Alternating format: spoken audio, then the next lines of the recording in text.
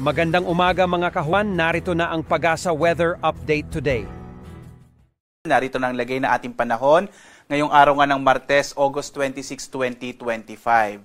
At sa ating pong latest satellite images, patuloy pa nating minomonitor yung low pressure area na huling namataan malapit po sa may katubigan ng Paracales sa Camarines Norte. Sa ngayon, hindi pa rin naman natin inaalis yung posibilidad na ito ay maging bagyo, bagamat medyo bumababa na po yung posibilidad na iyon, lalo't malapit na ito sa kalupaan ng ating bansa. Kung sakali man na maging bagyo ito, posible po within the day lamang po ito at eventually ay manghihinan or ito ay magdi-dissipate na rin habang kumikilos pa hilagang kanluran. At ito ang magdadala pa rin, itong low pressure area pa rin ang magdadala ng mga pag-ulan, partikular na nga sa malaking bahagi ng silangang bahagi ng Luzon, partikular na sa may area ng Bicol Region, gayon din sa may area po ng Quezon, Aurora, Rizal, kasama din ang ilang bahagi po ng Mimaropa. Samantala, inaasahan pa rin natin yung mga pag-ulan na dulot ng southwest monsoon o habagat, partikular na sa may area naman ng Palawan at gayon din dito sa may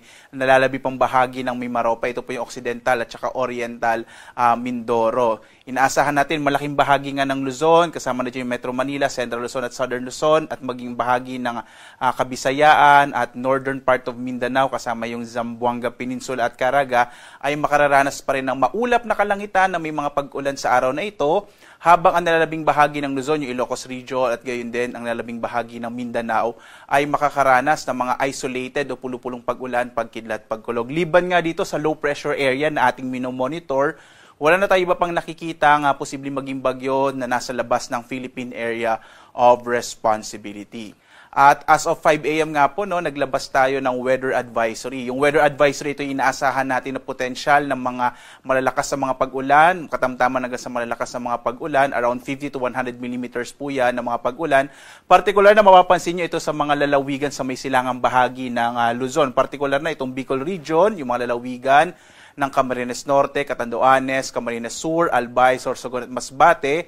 Makakaranas din po ngayong araw ng mga hanggang malalakas na mga pag-ulan ang bahagi ng Quezon Province, Laguna, Rizal, Bulacan, Aurora at Isabela. Ito po ay dulot ng low pressure area na ating minomonitor.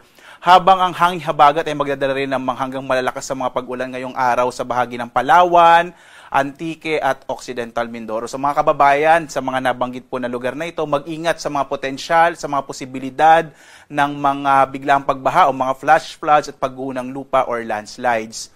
Bukas naman, inaasahan pa rin natin yung epekto ng low pressure area na hindi natin inalis yung posibilidad na maging bagyo, bagamat posible po short-lived lamang, ay magdadala pa rin ito ng mga pag-ulan sa may bahagi ng Camarines Norte, Camarines Sur, maging sa mga lalawigan ng Quezon, Rizal, Bulacan, kasama na rin yung Nueva Ecija at Aurora. Ang hanging habagat bukas ay magdadala rin ng mga pag-ulan sa bahagi ng Palawan, Occidental at Oriental Mindoro, Antique at Negros Occidental. Kaya mag-ingat din po sa mga posibilidad ng mga pagbaha at mga pagguho ng lupa. Pagdating po ng araw ng Huwebes, inaasahan natin na wala na masyadong magiging epekto yung low pressure area. Maaari na po itong malusaw, habang ang hanging habagat pa rin ang magdadala ng mga pag-ulan naman sa Palawan at Occidental Mindoro. So sa mga kababayan po natin sa Palawan at Occidental Mindoro, inaasahan natin the next 2 to 3 days, magpapatuloy yung hanggang malalakas sa mga pag-ulan na dulot ng habagat. Kaya mag-ingat po, lalong-lalo na nga sa potensyal ng mga pagbaha.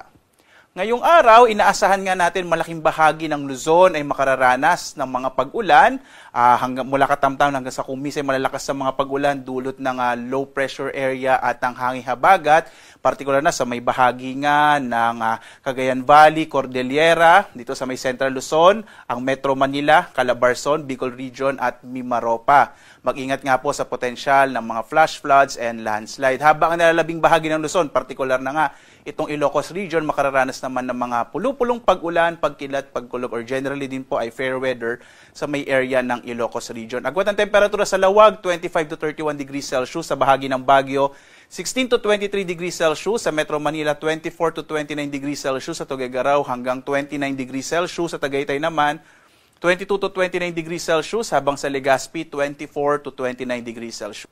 Dito naman sa Palawan, Visayas at Mindanao, inaasahan natin malaki din yung tsansa ng mga pag-ulan sa may bahagi ng Palawan dulot ng hanging habagat. Agwat ang temperatura sa Calayan Islands 24 to 30 degrees Celsius habang dito sa may Puerto Princesa nasa 25 to 31 degrees Celsius. Malaking bahagi din ng Kabisayaan ay makararanas sa mga pag-ulan dulot ng low pressure area at ng hanging habagat. At ang agwat po ng temperatura sa Iloilo, 24 to 30 degrees Celsius. Sa Cebu naman, 26 to 31 degrees Celsius. Habang sa Tacloban, 24 to 31 degrees Celsius. Ang mga rehiyon naman dito sa may Mindanao, partikular na nga itong Zamboanga Peninsula, Barm, kasama ang Northern Mindanao at Caraga ay makararanas din ng mas malaking tsansa ng mga pag-ulan sa araw na ito. Habang ang nilalabing bahagi ng Mindanao, yung Davao Region, kasama yung Soc-Sargen ay makararanas ng mga isolated rain showers and thunderstorms lalo na sa hapon hanggang sa gabi.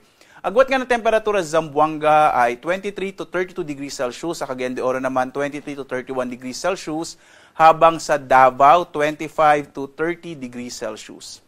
Samantala, sa lagay po ng ating karagatan, wala tayong nakataas na gale warning kaya maaari naman pumalaot yung mga sasakyang pandagat at mga bangka sa mga baybayin ng ating bansa. Sa may area po ng Luzon, katamtaman yung mga magiging pag-alo ng karagatan habang sa nalabing bahagi ng ating bansa, Banayad, hanggang sa katamtaman yung magiging pag-alon. Samantala po, mag-ingat pa rin kapag may mga thunderstorms na kung minsan nagpapalakas ng alon ng ating karagatan.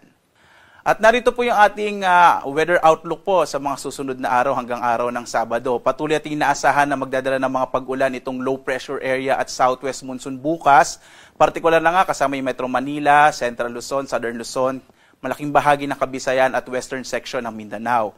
Pagdating po ng araw ng Huwebes hanggang Biyernes, medyo mababawasan na po yung mga pag-ulan na mararanasan sa bansa.